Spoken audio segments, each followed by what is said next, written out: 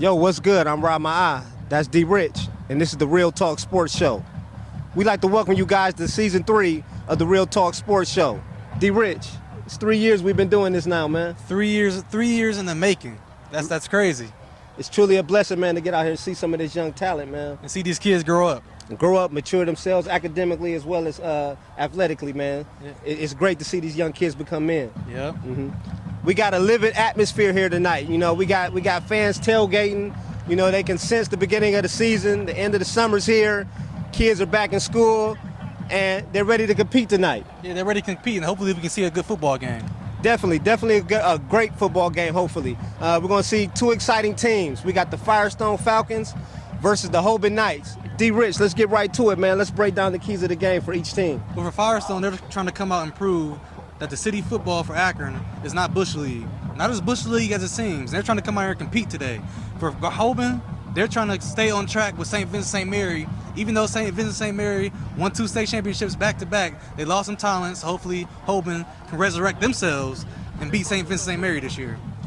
That would be something to see. We know Hoban would like to get an edge tonight, you know, gain some momentum going into that game, because we know St. V comes packed with star power every year. It seems like they come with new youth. I don't know where they get them from. Where they coming from? Arizona, Texas, you know, California, Cleveland, wherever you can get them from, that's where they getting them. We not going to delve into that. We keep it real, but we ain't going we ain't going to delve into that we right might now. have to do a documentary or something later on, but no doubt. But definitely want to see Hoban come out and look strong tonight, so, you know, that'll make that game that much more of a rivalry. And as you say, man, in the city, we've seen a lot of lackluster play, you know. I mean, 1 or 2 teams in contention, you know. Elliott has resurrected themselves. Bookdu is falling off year by year, but hopefully this year they can step it back up, and we'll see them Saturday. Garfield, is Garfield still open? Are they still playing football over there? They're still open. Okay, they got a game tonight. Okay, I didn't know if they're still playing football over there. That's who St. V playing. Okay, they playing Garfield. Yeah, well, right. We totally got that one wrong last year, too, with the prediction, man. But, yeah, so tonight, key players, Hoban, Firestone. Well, for Hoban, I have a young kid named Todd Sibley. And what's interesting about this kid is last year he was a freshman. He was a freshman All-American. But get this, he didn't play running back until he got to the high school level. And, you know, he has all the basics down packed right now. So this year, he's not a spring chicken anymore. You know, this is his 2nd year, so he's going to do big things this year. They have Ted Stieber on the offensive line, committed to Minnesota. And they have a young kid by the name of Jonah. He's 6'4", 200 pounds. He's playing safety, maybe some wide receiver. I want to see what he can do. For Firestone, a kid by the name of Bryce Harris. I believe he's committed to Toledo. He's on the offensive line. They have another kid on the offensive line. I can't think of his name right now, but he's supposed to be pretty decent. But I saw Bryce Harris play last year, and he was pretty good, so I'm going to stick to that. And it's a lot of talent out here today. Definitely.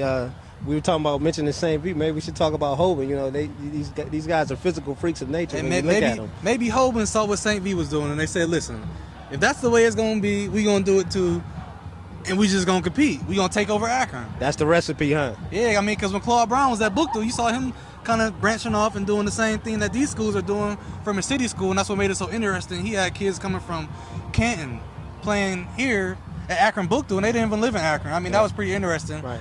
And got a number of those kids scholarships. Yep. So, predictions tonight. Who you rolling with? I'm gonna roll with Hoban, 28-12. That's a pretty good prediction. I've got to go with Hoban. From what I haven't seen this class with Firestone this year, but what I've seen from city play, I've got to go with Hoban tonight. I'm going to say 35-10. I think they're going to get out on them a little bit. I'm going to keep it real before we get off here. As long as Flossie is at Firestone, I don't see anything happening in the near future. No disrespect to the Flossie family, but the past couple of years he's had a lot of talent, probably the most talent that he's had there in years, ever. And he couldn't get it done. So, I mean, I don't know what else to do for Firestone. Sometimes you just need something new. Sometimes you just need something new. All right. Well, we're getting ready to bring you guys the game. Make sure you follow me and D Rich on Twitter at The Real Talk Sports Show and drichtv.com. We holla.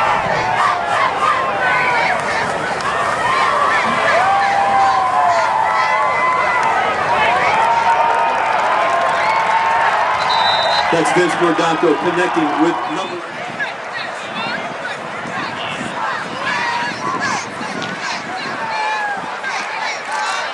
Inside handoff to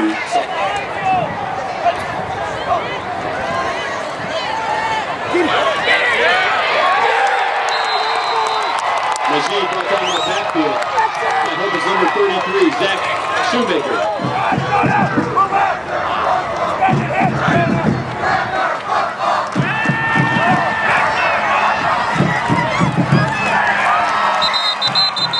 That was pass.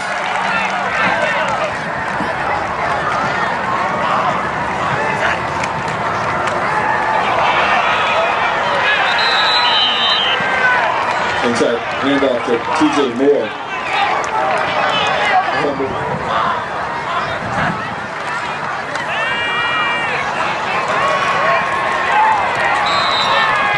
Roberto.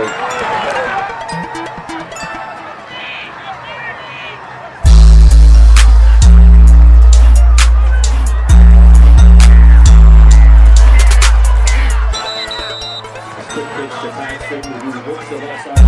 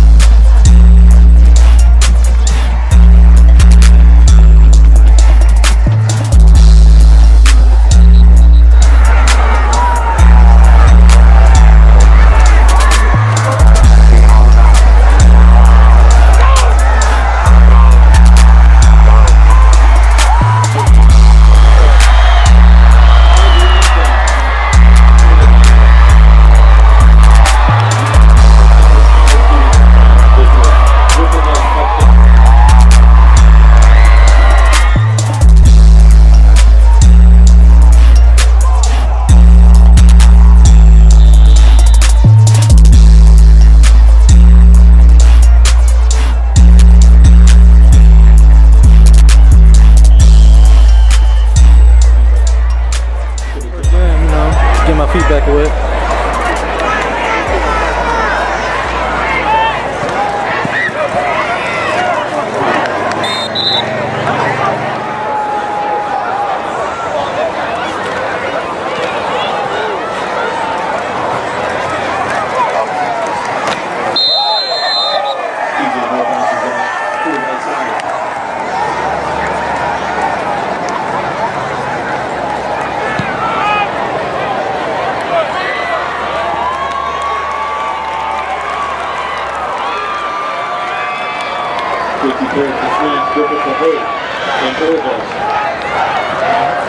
We can get out of here now. We got to get out of here now.